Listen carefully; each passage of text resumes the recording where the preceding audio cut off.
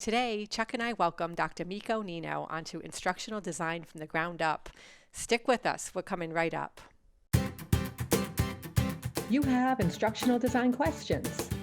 We discuss answers. Dr. Miko Nino is a director of online learning at University of North Carolina at Pembroke and the chair of the University of North Carolina Online Leadership Collaboration.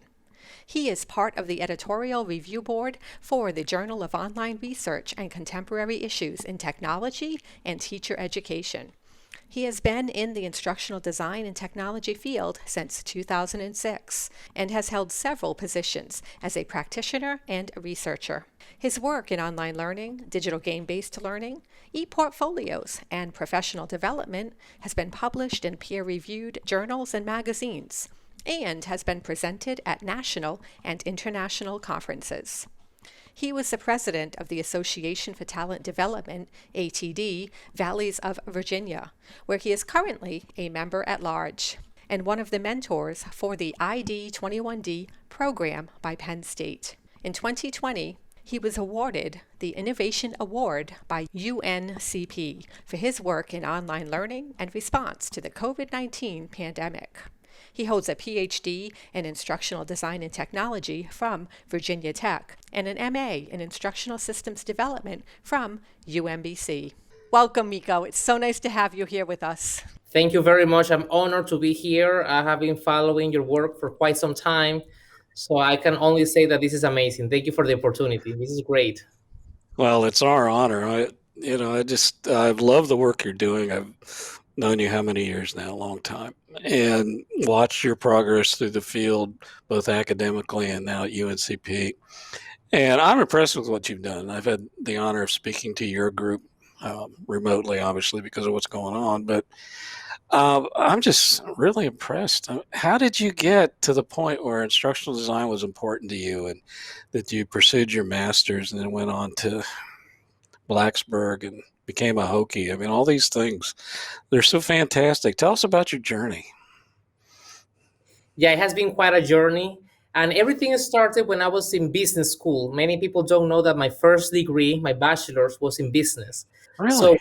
one day I was with a friend, and she was telling me about UMBC because they were bringing grad students to campus, prospective campus, so they could join the programs. And when I was surfing the website, I saw systems development program. And when I started reading about it, I was like, I cannot believe it. This is it. This is exactly what I see myself doing. It's very hard to explain when something like that happens. It was the epiphany. And it's one of those things that I never had a second thought. I didn't have to think hard about it. I knew I wanted to do this. So in that moment, I was taking a management class. So instead of feeling that I had to switch fields, I always saw a connection between the learning function and how much a company can make progress. I believe that the biggest asset that a company can have is the learning, what employees know, what they're able to do. So I never believed that I fully switched fields. I believe that I just focus on that learning area. And that's because I pursued a master's at UMBC. Obviously, that was the first experience that I had knowing about the field. So it was natural for me to go to that school. I applied, I got accepted, and the very first class that I had was with you, Chuck, actually, the intro to instructional systems development, and the love continued thereafter. I learned so much in the program. I had the opportunity around that time to work for the grad school at UMBC, and also I worked for Johns Hopkins doing Mhm. instructional design. That was very interesting because I was working for the School of Nursing, and that program was online. I'm talking about more than 10 years ago. So people think that the online thing started now because of the pandemic, but it's just like now it's more popular. People are talking more about it, but it has been around for quite some time, even before the times I was at Hopkins. So I learned so much, that combination of being at Hopkins, putting in practice what I learned at UMBC. The classes at UMBC were very hands-on, so it was a perfect system for me to learn what an instructional designer does. When I was doing that, I realized that my love also stayed with higher education, that I wanted to do instructional design, but for higher education. So That's why, with the help of a mentor who convinced me that I could do this, I pursued the PhD in instructional design and technology at Virginia Tech, which I completed 2 years ago. During the time that I was working on my PhD, I got a full-time job with Virginia Tech as an instructional designer. Then I moved to instructional design and training manager. And then when I finished my degree, I got this job here at the University of North Carolina, Pembroke, as director of online learning. See, and I think that's a fantastic story. And as I say, every time we interview someone, the connection between instructional design and anything else you want to do is real. Those lines exist. The nexus of one to the other is complete in my world. And when you talk about instructional design, in fact, that organizations, whether they be profit or nonprofit, you have to have a good training arm if you intend to do anything well. And you want it to be efficient and effective and cost effective and all those things. And the only way you're going to do that is with professional instructional designers. And ISD is the only way you're going to do this. You can decide which manner or fact of ISD you want to use, but without a systems approach, not only to the education and training arm, but the business as a whole, it's not going to be what it could. And you're the perfect example of that. I mean, people should be inspired by what you've done, because you've gone to a similar point where I was before I went into graduate school. I couldn't spell ISD. I had no idea what it was. It meant nothing to me. It was just hocus pocus. And then I get into it, and about 2 weeks in a Dr. Cook's course, I've now committed the rest of my life to it. We should start a cult of ISD or something. But I mean, once you get into it and you realize how practical it is and how systems based it is and how it applies to everything in your life, I mean, you're the perfect example of that, Miko. This is just tremendous. Yeah, and one of the things that I loved what you said is, you walked in and you said, gosh, this is it. This is what I'm supposed to be doing with my life. And what a great gift that is, to know your path, because so many people struggle with that. So many people do not know what they want to do when they grow up. And some of those people are 50 years old, 60 years old. They still don't know what they want to do.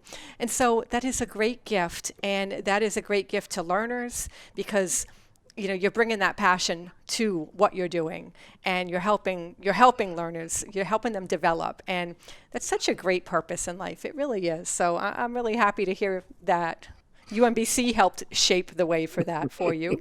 I'm a UMBC grad student in the program too, and I also work there. So Yeah. First question, Miko, is what is your favorite ISD project and why?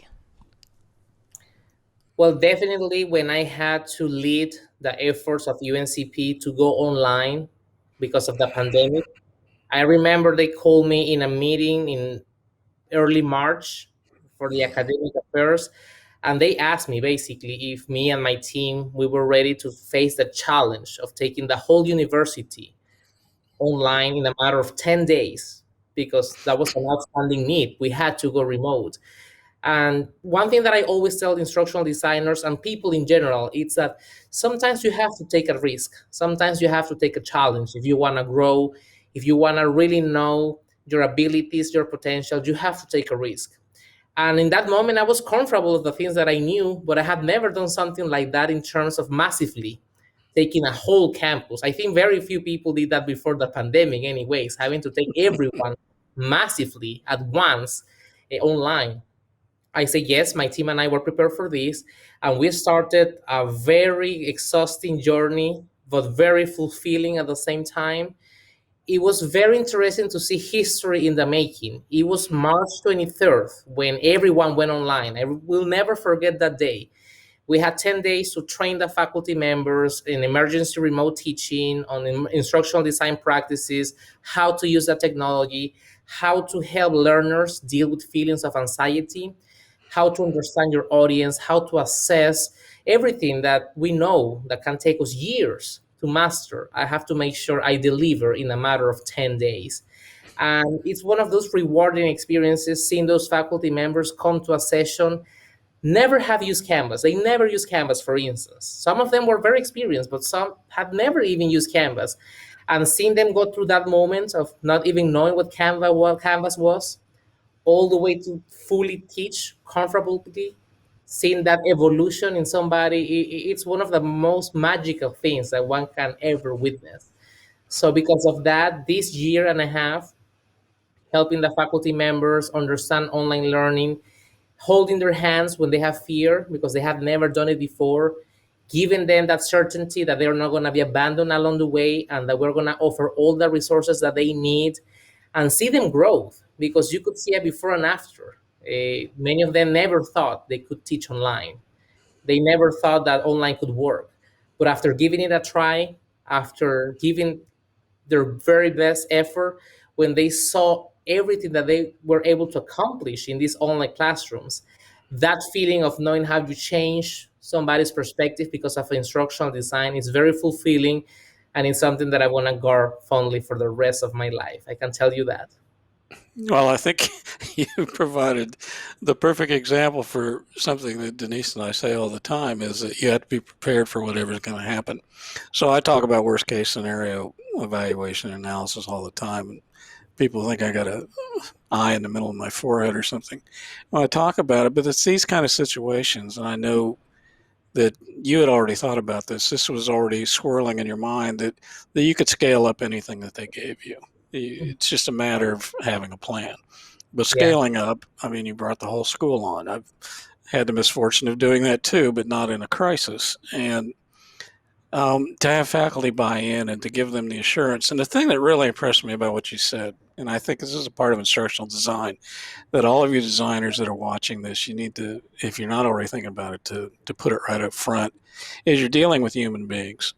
And they have fears. They don't want to fail in front of their peers. They don't want to do something that somebody's going to laugh at them or make fun of them. And even though this was a very serious time, and I think most people, played adult as much as they needed to, it's still so incredibly important that we think about the emotional support of people that we work with. So not only is it teachers and learners, but subject matter experts, it's managers, it's people that are doing coding for you or whatever you're doing.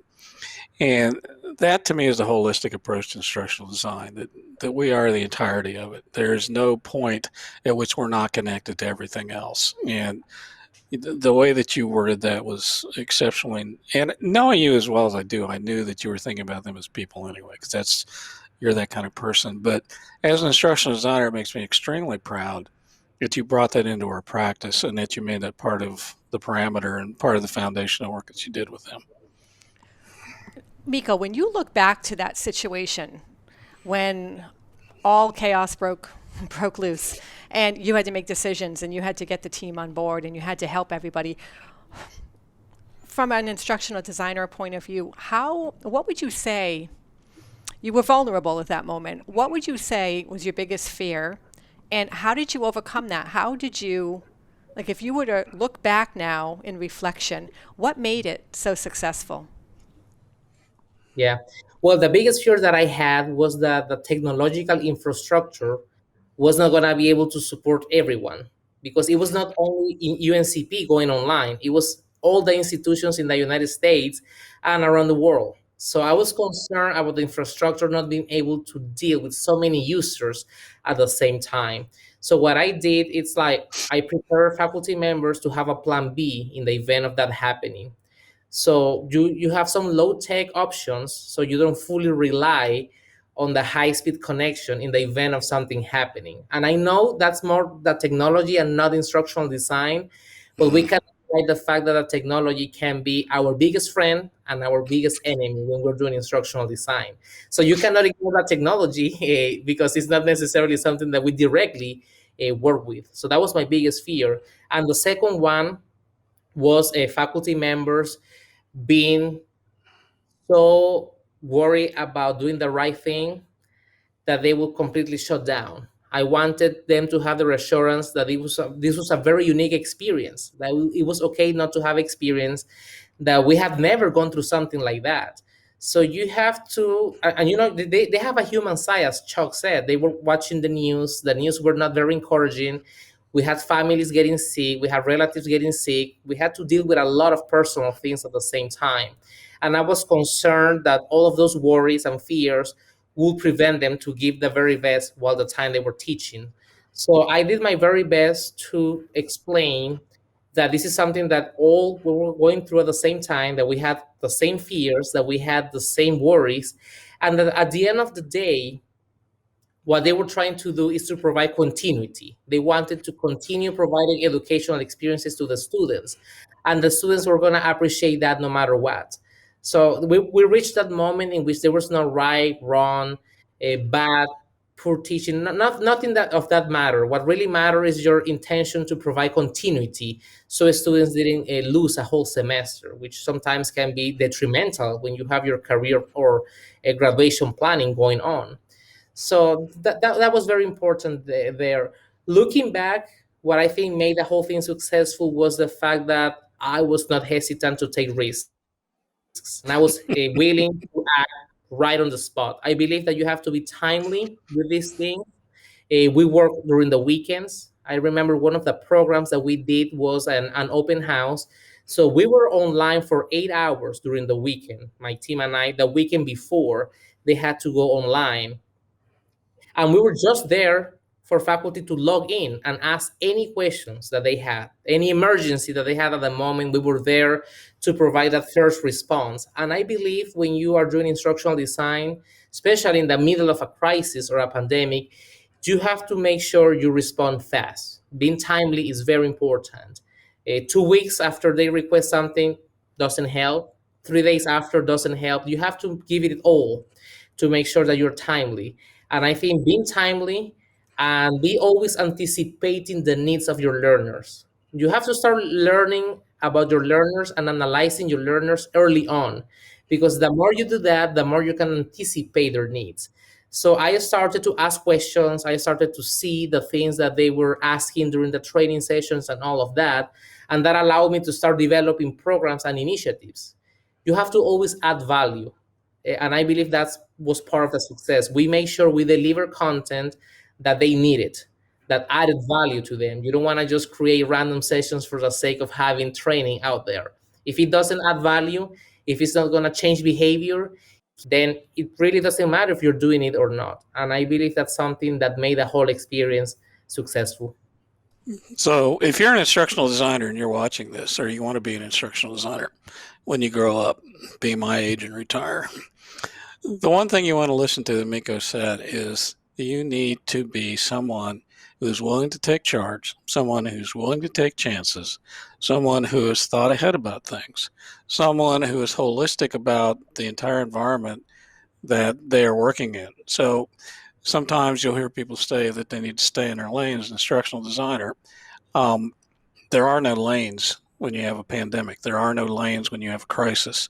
There are no lanes where leadership doesn't take the forefront. And I think you are in a perfect example of how instructional design is more than just designing courses. Anybody thinks ISD is about, okay, I got to do a 1-hour course in inboarding. If you think that's what instructional design is, then okay, good for you. But look at Miko, look at other people that have spent an incredible amount of thought and energy into making their entire environment better. This is about the whole thing. It's not just learners, it's not just teachers, it's not just designers and managers and clients and everybody else. This is the one thing that fits in the frame. Everybody is important. Everything is important. Feelings, emotions. You could not have said it better. I'm dragging on here, Denise. We need to ask another question. But I'm just so impressed with your work. I really am. Well, thank you, Trevor. Absolutely. It's incredibly inspiring listening to what you said. The term fail up comes to mind, meaning you gave everybody the opportunity to feel like it's okay to. People think negatively about failure. Oh my gosh, if I mess up, then it's the end of the world. And I think what you did was, it sounded like you provided a safety net for people to say, it's okay. As long as you're taking that risk and you're trying and you're putting your best effort forward, you're not going to fail down. You're going to fail up, if anything. Because what failing up means to me is it's succeeding in the midst of chaos and learning and growing from mistakes. And so that leads me into the next question that we have for you. What things did you learn the hard way in your career so far? And you did go into quite a bit of everything. That. But is there anything else you could add to that you've learned the hard way? Well, I always say that my upbringing in the field and my training has been almost military in nature. Life has given me people who have been tough with me, not in a mean way, but more into the teaching you how to do this well. So one thing I can tell you, two things comes to my mind the hard way. The first one is that I had an interview and I show up to the interview. I'm even embarrassed to repeat it, but I'm gonna be candid because I believe honesty is very important. And I show up with printed, they wanted samples of my work, and I show up with printed documents. Which imagine you're an ISD and you show up with a printed portfolio. We had a conversation and all of that. They gave me the job. I think they were able to look at the potential and other things, not the portfolio.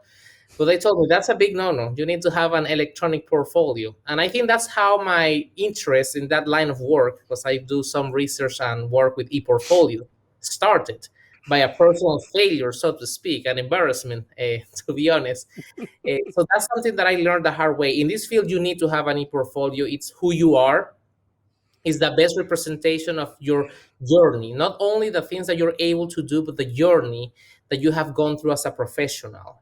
It's a reassurance that you can give to a client of all the things that you're able to do and the evolution that you have had as a professional. So I think that's why e-portfolios are very important. They tell the story about you and your journey as an instructional designer or in any other field. And the second thing that I learned the hard way is that when I started developing content, I thought that the more an object moved, the more color you have, the more everything was moving around, the better it was. So I remember one of my first assignments. I'm not gonna say where because I don't want to put the person in evidence. They asked me to develop emergency training, a tutorial, something like that. And the whole thing was the icons were moving around, spinning, color everywhere. It was just a mess. When I met with my supervisor the day after, she was like, "I saw your work, and let me tell you, I threw up. I needed like a safety belt because the whole thing was moving around so much that I could not even look at the whole thing. It was just too much. I was motion sick after that." And I was like, okay, I thought I did something right. But she was like, but don't worry. If you want to learn, I'm going to teach you. And it took me some time to start bringing down that level of energy that I represented in my slides to something more, calm, something more user friendly, something more accessible too. And it was a learning curve because in me, it was this need to bring more. And I saw her a couple months ago, and actually, she attended a presentation that I did. And she was like, your slides have come a long way. I'm very proud.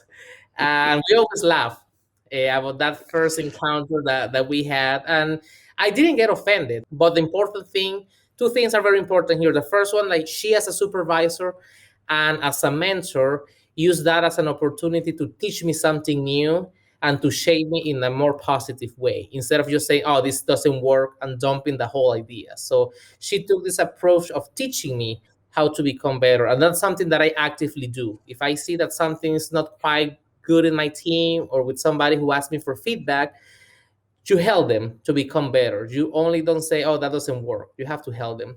But the second thing is like you should never give up. Maybe the first time you try something, it doesn't work out. Maybe the first time you do something, you believe that you're not meant to do it. But human beings, we have the ability and the potential to do wonderful things if you have the desire, the drive, the discipline, and the persistence to push forward. I was determined to do good content online. I wanted to because I realized it was a flaw that I had, and I was not gonna give up. And eventually, it got good. But that's because I didn't give up, and that's something that I always tell people: don't think that because your first attempt was not good, or because people tell you that you don't have the skill, that you cannot change that. If you really want it, you can make it happen. And I That think that's so true. And when you talk about, your first mistake in desktop publishing, we always, we do the first thing and there's 23 different fonts in it and they're different sizes and different colors. Yeah, you have to put on the seatbelt.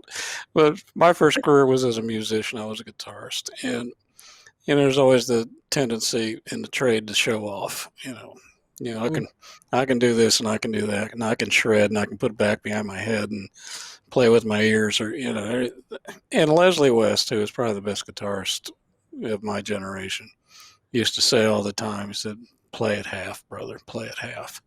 And what he meant is don't show off. Don't try to make this something it isn't.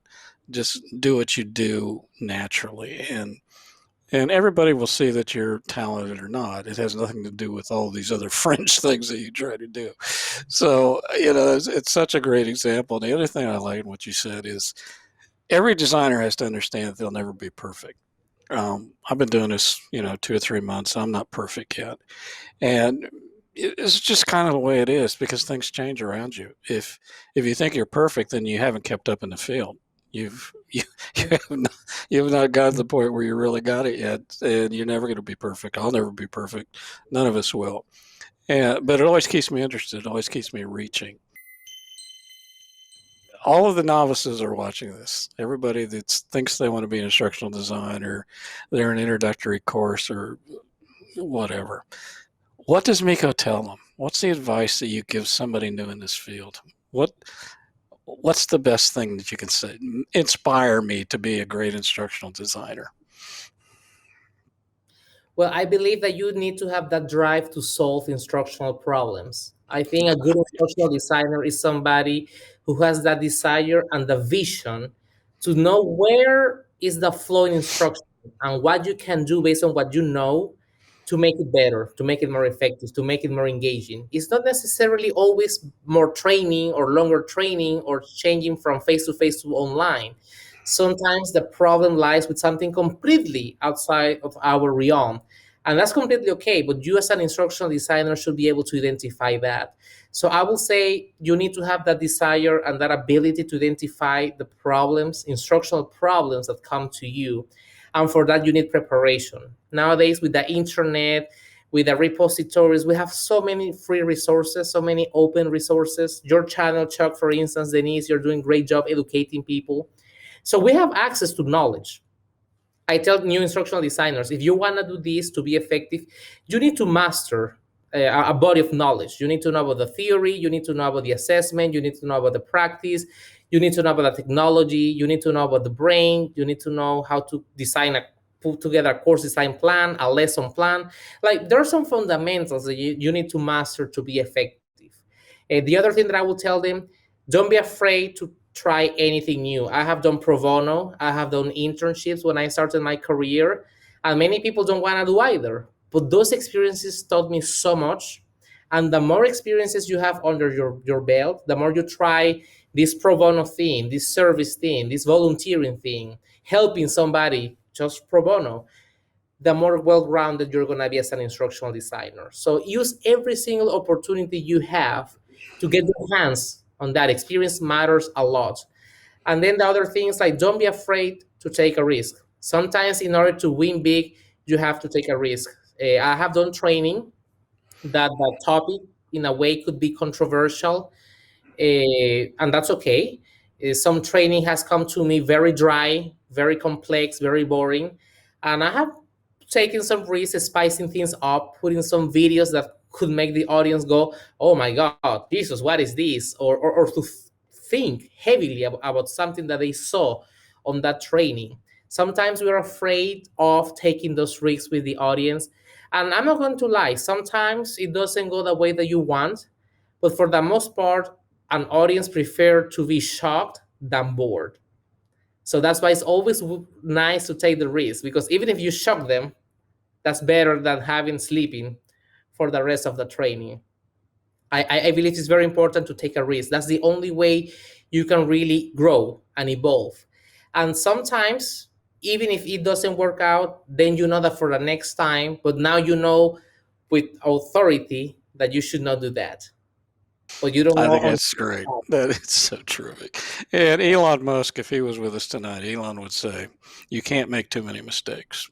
Yeah. He just laughs when he blows up $1 million missiles. He doesn't care what the rocket does. Hey, we learned something, but I don't have $600 trillion like he does either. But Well, it's such great advice, Miko, and I'm so proud of you. And And I am so sorry now that we're going to do the half questions because Denise, she spends weeks coming up with these questions, and I really think now we need to get her some therapy or something because she really enjoys Possibly. this part of it. Although maybe seeing Chuck like spin a guitar on the back and play the guitar on the back of his head might be therapy enough. Miko, are you ready for your first question here? Yeah, yeah. Okay, here we go. What is your favorite season? The fall. Why? What do you like about the fall? It's not too cold. It's not too warm. There is something nostalgic in a good way.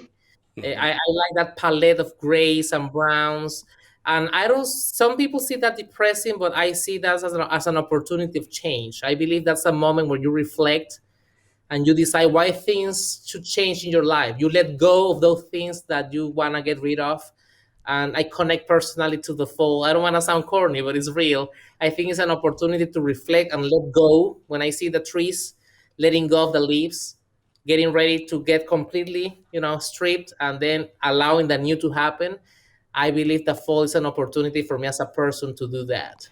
Well, I'm going to look at it that way from now on because typically Yeah, I'm I've not. never heard it Typically, put better than that. I mean, it's my exactly. favorite season too, and I bungle through some silliness about. So you just, there's no better. We're taking that question off. There's no better answer to that.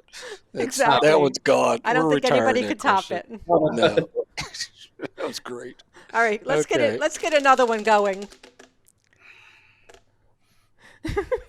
What is your favorite meal? Oh my God. Actually, I made it just on Sunday. I like to make beef stew with white rice and pinto beans and fried plantains. Oh And my God, I love fried plantains. I just yeah, had them the other day too. but all of that has to be together at once, same plate. Like, you cannot have them individually. You have to make an effort to put everything on the plate at once. That's how it works. You are speaking to my soul right now. I just made that this weekend. Beef stew with a little potato, with white rice, with the plantains. Amazing. Yes. I didn't have the Oh, pinto beans though. I didn't think to do that, but I might think to do that. Yes. Well, yeah. as a vegetarian, I can only dream. Oh my God. Yeah, I forgot. Yeah, I forgot. Every time I go home, they know that that's the moment I land, that plane lands. I'm from Panama. So every time the plane lands, that has to be ready. That you have to welcome me Yeah. with. No, that's Do you- going home. Do you No, do you call it beef sudado? Or is that a Eh, Colombian thing? Beef Yeah, sudado? we call it carne guisada. Carne guisada. So, Yep. yeah. What do you say? One more question? Oh yeah. Yep, Yeah. for one more here? You Okay. know, What is it saying? I can't read my own writing. Oh my goodness. Okay, what band do you wish would get back together again? What band? oh my God, that's. I mean, technically, I would like to see them. Obviously, it's not possible, but the Beatles. I know for many reasons that's not possible, but I would love to see them live. I will see them have a reunion if that was possible. Obviously, it's not, but that's one of those that I was like, yeah. I'm sad that I never got a chance to see that happening together. I'm jealous of those who witnessed that. Absolutely. Absolutely. Chuck, what would you say to that question? There are so many groups. You know, there's probably 100 groups that I would like to see get back together because I was in the business. So, I got to see a different side of it. You could see the ones that are really talented and the ones that were just smoke and mirrors. And there are some really talented people out there that I wish were still doing things. And a lot of it was like the 80s groups and 90s groups because I'm obviously older than both of you. But also, you look at just the transitional stuff. And, the ones that I really enjoyed are still together, like Chicago, even though it's not the same. I mean, the nucleus is still the same. The ones that are still walking are still performing. But, the Beatles were certainly, I think it might spoil it for me if the Beatles came back. Because sometimes that reunion album is not something you want to listen to twice. And I just wonder if the Beatles would be like that too. I mean, Paul obviously still running hard at what, 78, 79, but I don't know. I have no answer. What would you say, Denise? Missing persons or something? Not quite. I really love the fact that Garth Brooks went back on tour. Now, I know COVID hit and things got messed up, but he is one of my favorite all-time artists.